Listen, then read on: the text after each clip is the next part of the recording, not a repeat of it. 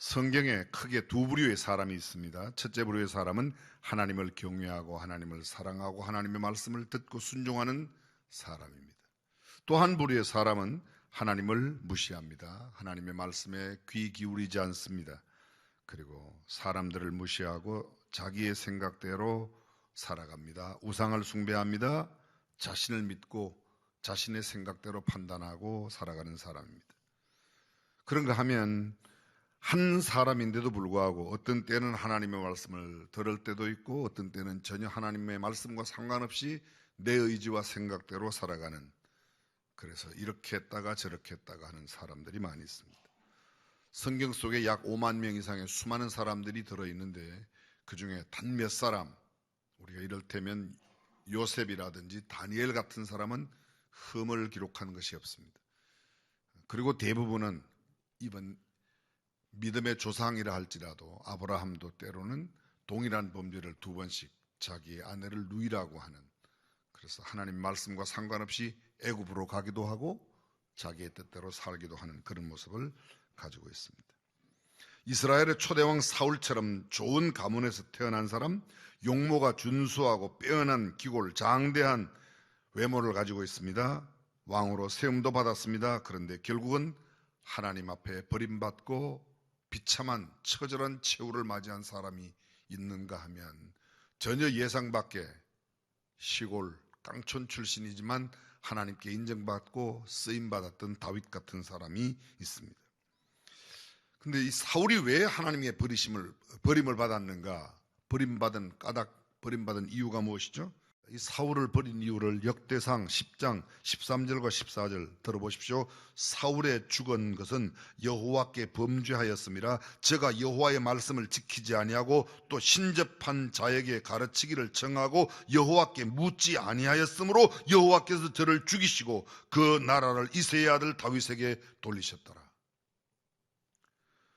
하나님께서 사울을 멸망시킨 결정적인 이유를 이렇게 설명합니다.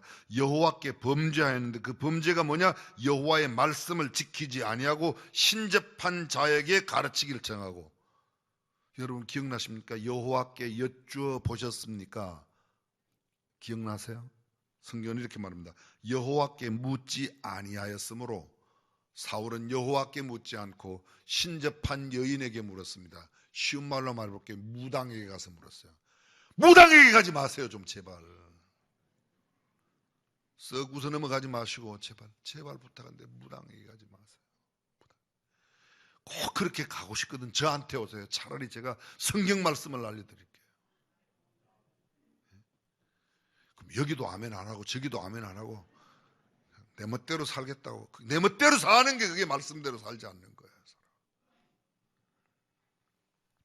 여호와께 묻지 아니하였으므로 여호와께서 저를 죽이시고. 여러분 하나님께 여쭙지 않는 게 하나님 앞에 범죄함이라고 말하고 있습니다. 근데 대조를 이루고 있는 다윗을 보십시오. 오늘 본문의 주인공입니다. 다윗. 여호와께서 사무엘에게 내가 사울을 이미 버렸다. 사무엘이 너무 슬퍼서 일평생 사울 왕 삼으신 것을 후회하는 하나님 까닭에 너무 슬퍼합니다. 그때 하나님께서 사무엘에게 임하여 네가 어느 때까지 이렇게 슬퍼하겠냐? 난 이미 사울을 버렸어. 그러니까 너는 저기 베들레헴에 가서 유다 베들레헴 이새의 집에 가서 그 아들 가운데 한 사람에게 기름불을 취하여 기름을 붓고 사울 대신 왕을 삼으라고 말합니다. 사무엘이 그곳에 가기를 꺼려합니다. 하나님, 내가 만약 이새의 집에 가서 다윗 그 이새 아들 가운데 기름을 부으면 사울이 알고 저를 죽일 텐데요. 하나님께서 참 재미있으세요. 너 송아지 한 마리, 암송아지 한 마리 끌고 가서 제사 드린다고 그래. 위장을 좀 하죠. 그래서 내려가서 이새의 집에 가서 이새의 아들을 불러옵니다. 엘리압 그냥 지나갑니다. 둘째 아들 아미나답 지나갑니다. 셋째 아들 삼마 지나갑니다. 이렇게 해서 7명의 아들이 다 지나가도 사무엘의 눈에 들어오는 사람이 없습니다. 이새에게 묻습니다. 다른 아들 없는가? 막내 아들 다윗이라고 있는데 목동이고 걔는 볼품도 없다고. 아버지도 포기했습니다. 그런데 그가 오기 전까지는 당신이 차려놓은 이 음식을 먹지 않겠다고. 드디어 막내가 왔습니다. 그때 사무엘이 다윗을 보았더니 성경에 뭐라고 말하죠? 여러분이 다 잘 암송하는 말씀. 내가 이새의 아들 다윗을 만남에 내 마음에 합한 사람이라. 내 마음 누구 마음? 사무엘의 마음? 아니에요. 하나님의 마음에 합한 사람이라 내가 저를 통하여 내 뜻을 다 이루게 하리라. 그래서 기름불을 취하여 붓습니다. 그는 사울왕의 수금 타는 사람으로 다윗에게 갑니다. 다윗이 악령이 악신이 들려서 정신이 혼미할 때 다윗이 가서 수금을 타면, 잠깐만요. 여러분, 다윗이 목동을 하면서 뭘 했는가? 저는 목동만 한 게 아니라는 생각이 들어요. 목동하면서 비파도 하고 수금도 하고, 그 다음에 호기와 무용, 칼싸움도 하고, 아주 성경에 이렇게 되어 있습니다. 호기와 무용과 구변이 있다. 요새로 말하면 달변가요. 웅변을 했다는 겁니다. 양만 치는 게 아니고, 한때 양은 떠들어가고 그러면서 이쪽에서 혼자 웅변 연습하고 혼자 막 칼싸움하고, 그 그림이 쫙 눈에 그려지니까 성경이 얼마나 재미있는지 모르겠어요. 근데 이게 재미있게 안 그려지는 사람은 좌만호만 성경 봐 졸립다고 금방 수면제인 줄 아는데 그게 아니고 정말로 재밌어요. 계속해서 보십시오. 사무엘상 17장에 보면 이 다윗이 골리앗을 물리치는 이야기가 나옵니다. 여러분, 골리앗과 다윗은 격한 대조를 이루고 있습니다. 다윗은 어린 양치기 소년입니다. 블레셋 장군 골리앗은 키가 6규빗 한 뼘, 한 규빗이 45cm 정도 돼요. 원래 규빗은 요 끝에서부터 여기까지입니다. 약 45cm. 6규빗이면 얼마요? 2m 70입니다. 그 위에 한 뼘. 거의 키가 2m 93m 가까이 되는 어마어마한 키입니다. 다윗은 어린 소년입니다. 이 블레셋 장군 골리앗은 노투구를 쓰고, 노수로 된 투구를 썼습니다. 어린 갑. 물고기 옅자 비늘 흘린 자 갑옷. 그래서 물고기 비늘 모양으로 이순신 장군 입었던 갑옷, 물고기 비늘처럼 그 갑옷이 있는데, 그 갑옷의 무게가 5,000세겔입니다. 1세겔이 11.42g이에요. 계산해 봤더니 이 갑옷 무게만 57kg이에요. 어떻게 그걸 입고 칼 무게가 봤더니 창 자루가 배틀채 같고 창날에 철 무게만 6.8로 2kg, 약 6.9kg 정도, 7kg 정도. 7kg짜리 그 갑옷을 입고 7kg짜리 칼을 썼다. 정말 대단하죠. 다리에는 놋 견갑을 썼습니다. 어깨 사이에는 놋 단창을 했습니다. 정말 어마어마합니다. 근데 다윗은 하나님 믿지 않는 할례 없는 이 백성이 어떻게 사시는 하나님을 이렇게 모욕하는가? 그리고 냇가에 가서 매끄러운 돌 5개와 제구, 물맷돌 던질 수 있는 제구만 가지고 나갔습니다. 너는 칼과 창과 단창으로 내게 오니와 나는 만군의 여호와 이름 곧 내가 모욕하는 이스라엘 군대의 하나님의 이름으로 내게 가노라. 여호와의 구원하심이 칼과 창에 있지 아니함을 이 무리로 알게 하리라. 전쟁은 여호와께 속한 것인즉 그가 너희를 우리 손에 붙이시리라. 돌이 가서, 그리고 물매를 던는데 돌이 성경에 보니까 이마에 박혔다고 그랬습니다. 여러분, 이게 돌멩이가 맞으면 튕겨나가지 이게 박힐 수가 있겠습니까? 그죠? 다윗은 던졌는데 하나님께서 거기다가 속력을 불어넣어서 팍 꼽혀가지고 그냥 쫙 뻗은 거죠. 쫙 뻗은. 저는 천국 가면 꼭 물어보고 싶은 게 있어요. 하나님, 그때 도대체 다윗이 어떻게 던졌길래 이게 여기 가서 박힙니까? 그런 거 안 궁금해요?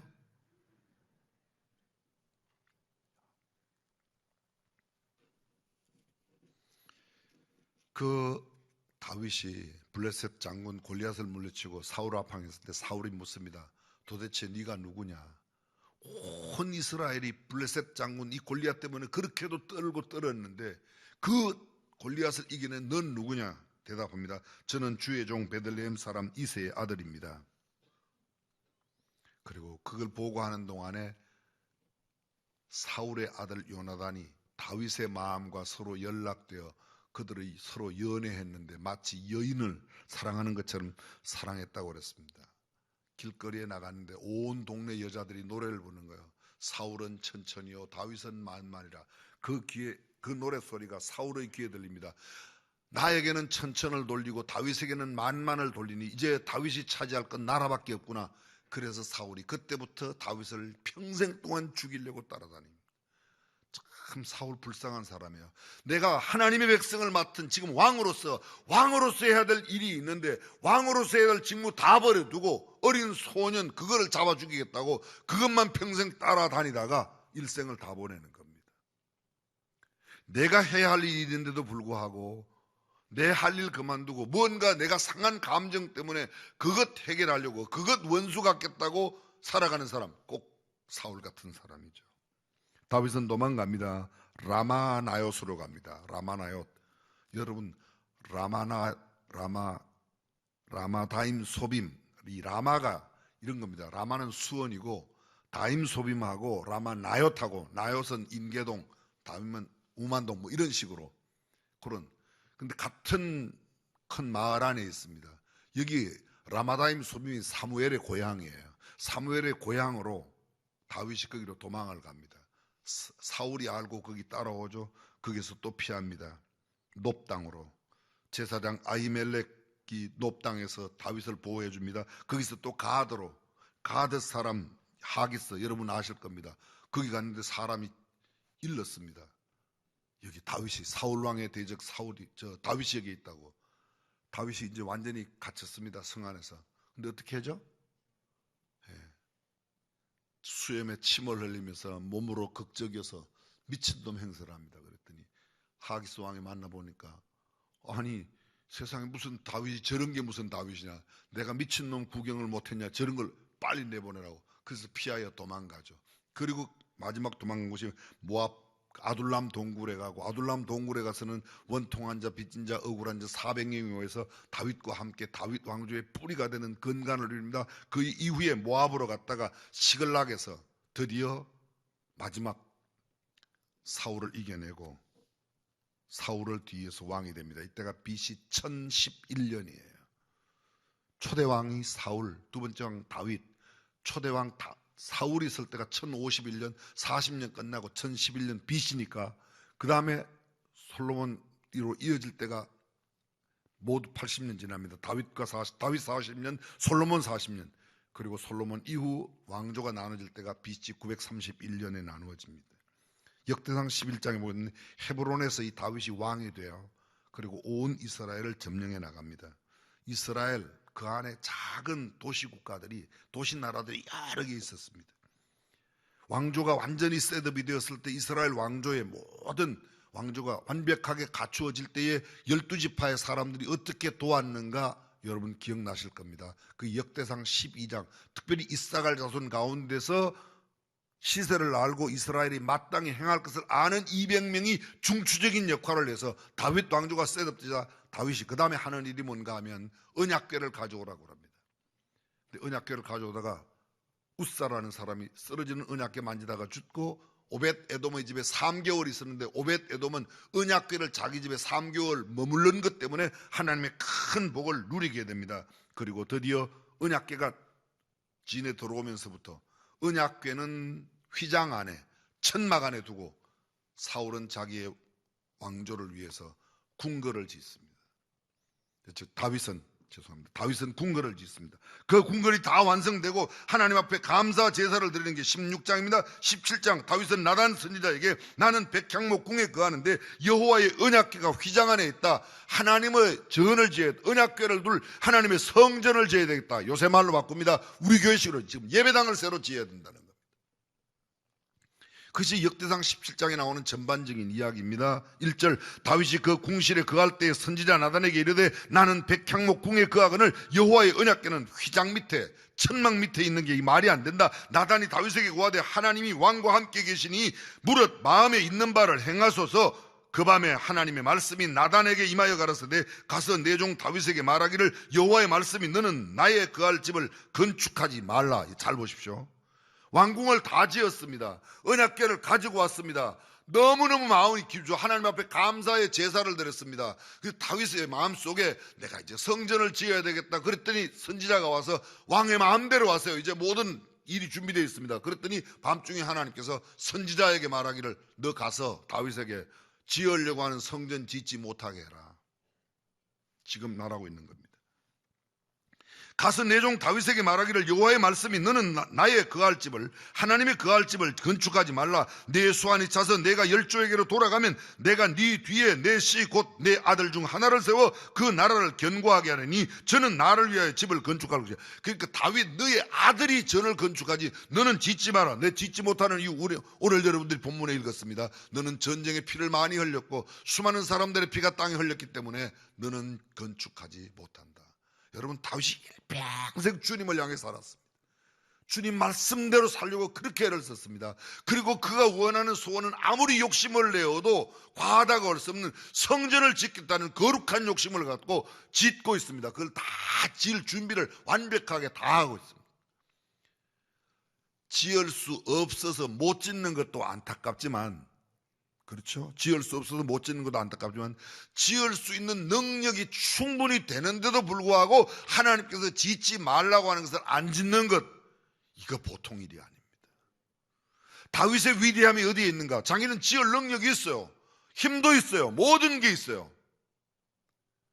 엄청난 역사를 다 이룰 수 있는 만큼, 그런데도 하나님께서 짓지 말라고 하니까 짓지 않습니다. 내가 영영이 그를 내 집과 내 나라에 세우리니 그 위가 영원히 견고하리라. 너 아들 솔로몬이 그렇게 될 거야. 다윗 왕이 여호와 앞에 들어가 앉아서 가로되 여호와 하나님이여 나는 누구오며 내 집은 무엇이간데 나로 이에 이렇게 하셨나이까. 주께서 주의 종에게 베푸신 존귀에 대하여 다윗이 다시 무슨 말씀을 하오리까. 주께서는 주의 종을 아시나이다. 여호와여 주께서 주의 종을 위하여 주의 뜻대로 이 모든 큰일을 행하사 이 모든 큰일을 알게 하셨나이다. 여호와여 우리 귀로 들은 대로는 주와 같은 이가 없고 주 외에는 참신이 없나이다. 여호와여 이제 주의 종과 그 집에 대하여 말씀하신 것을 영원히 견고케 하시며 말씀하신 대로 행하사 견고케 하시고 사람으로 영원히 주의 이름을 높여 이르기를 만군의 여호와는 이스라엘의 하나님 곧 이스라엘에게 하나님이시라 하게 하시며 주의 종 다윗의 집이 주 앞에서 견고히 서게 하옵소서. 다윗은 결국 그 말씀대로 순종했습니다. 그리고 역대상 18장에 가게 되면 다윗이 그 나라의 영토 확장을 합니다. 남은 생애 동안에 블레셋을 완전히 항복받습니다. 가드를 모두 영입시킵니다. 모압도 쳐서 모압과 암몬 사람 누구의 후예인가 기억나시죠? 그 옛날 이스마엘의 후손들, 그 다음 지나가서 야곱과 에서의 후손들, 그리고 그 전 노아 때 함 해갖고 그 노아 때 일어났던 사건들, 롯의 딸들이 들어가서 모압과 암몬을 만들어낸 그 후손들. 근데 그 사람들이 그 이스라엘 주변에 있는 땅을 모두 다 소바 왕 하닷 에셀이 통치하던 유브라데 강과 하맛까지, 하맛은 거의 동방 끝자락에 있습니다. 에돔, 에서의 후손들입니다. 모압과 암몬 이미 말씀드렸습니다. 이게 롯의 후손들입니다. 블레셋은 서편 지중해 해변에 있습니다. 아말렉, 가장 넓은 지역을 갖고 있는 가장 강력한 군사들입니다. 아말렉은 끊임없이, 성경은 아말렉을 진멸하라고 그랬는데 진멸하지 않았던 아까 사울 보았습니다. 그 이외에도 염곡은 에돔이 거하는 땅인데 어딘가 하면 지금 현재 사해바다, 소금염자, 계곡곡자, 소금계곡, 거기 다 말합니다. 이 땅들을 다윗이 다 이스라엘로 몰아넣었습니다. 다윗이 온 이스라엘을 다스려 모든 백성에게 공과 의를 행할세. 아람은 지금의 시리아예요. 이라크, 시리아. 우리 옛날 삼국시대에 보면 고구려가 저 발해를 차지했던 것처럼 옛날 이스라엘은, 지금 현재 이스라엘은 경상남북도 땅만 합니다. 그 인구가 한 700만 돼요, 지금요. 근데 그 옛날에는, 옛날 발해가 우리 땅이었던 것처럼 저 북쪽 끝 시리아, 이라크 이런 데가 다 이스라엘 땅, 다윗 왕 때 그걸 다 영토 확장을 시켰던 겁니다. 그런데 이렇게 다윗 왕조가 커지긴 했는데 호사다마라고 잘 될 때 문제가 생기는 거죠. 사단이 다윗을 격동을 시켜서 인구조사를 시킵니다. 그 인구조사는 뭔가 하면 전쟁할 수 있는 사람이 얼마나 되는가. 조사 결과 요압을 시켜서 했는데 보니까 칼을 뺄 만한 자, 군사로 모집할 만한 사람이 이스라엘 사람 가운데 120만, 유다가 47만, 167만입니다. 여러분 지금 우리나라 군사력이 세계 5위예요. 5위, 4위, 5위가요. 근데 우리나라에 지금 군인 숫자가 육해공군 다 합해서 60만이 안 돼요. 근데 지금부터 3000년 전에 다윗의 이스라엘 군사가 167만이었어요. 여러분들은 언제나 예배당에 나올 때는 무슨 이야기를 들어도 놀라지 않으리라고 결심하고 나오시잖아요. 3000년 전에 167만의 군사가 있었다. 어마어마한 겁니다.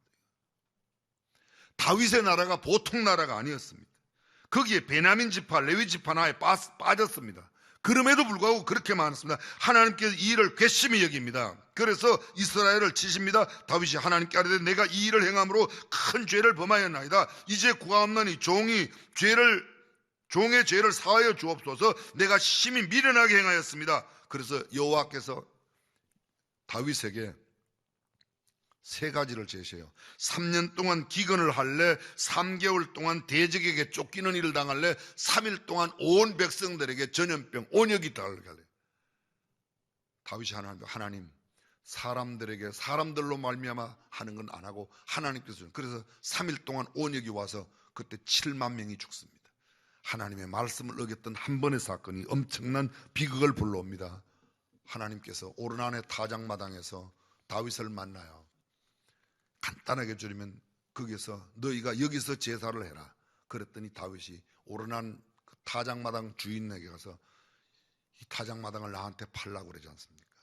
얼마를 주는가 하면 금 600세겔을 주고 사요. 그걸 우리나라 돈으로 제가 계산을 해봤어요. 어젯밤 금시세로 계산을 해봤더니 6억 6,692만 8천 원이더라고요. 6억 6,700만 원 정도 되는 돈을 주고 사서 거기서 하나님 앞에 번제와 화목제를 드리고 소제를 드려서 그가 다 화목합니다. 그리고 난 뒤 그 오르난의 타작마당을 중심으로 해서 다윗이 왕 건축 준비를 하는 이야기가 오늘 본문인데 다음 주에 계속할 겁니다. 여기 잠깐 보면 하나만 제가 말씀드릴게요. 금이 10만 달란트, 100만 달란트? 아니, 금이 10만 달란트, 은이 100만 달란트예요. 10만 달란트 금값만 제가 계산해 봤어요. 금값만. 한 달란트가 무게예요. 34.2kg. 곱하기 1000g 나누기 3.75g. 한 돈이 3.75g이니까 곱하기 어젯밤 금 시세로 계산했더니 요것만 333조 정도 되더라고요. 그죠? 한 300조 넘으니까 약간 놀라시는 거. 하여간 이제 대장동 때문에 여러분들이 상당히 좀 커졌나 봐요.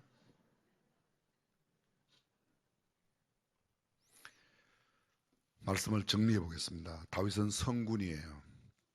위대한 하나님의 사람입니다. 역사에 기록되는 가장 유명한 인물 가운데 가장 유명한 인물이에요. 예수님의 족보 가운데 아브라함과 다윗의 조상, 다윗의 자손 예수 그리스도의 세계라고 예수님의 족보 언급에 가장 첫 번째로 언급되는 두 사람 아브라함과 다윗. 이스라엘 사람들이 가장 존경한 사람 믿음의 조상 아브라함, 그 다음에 다윗.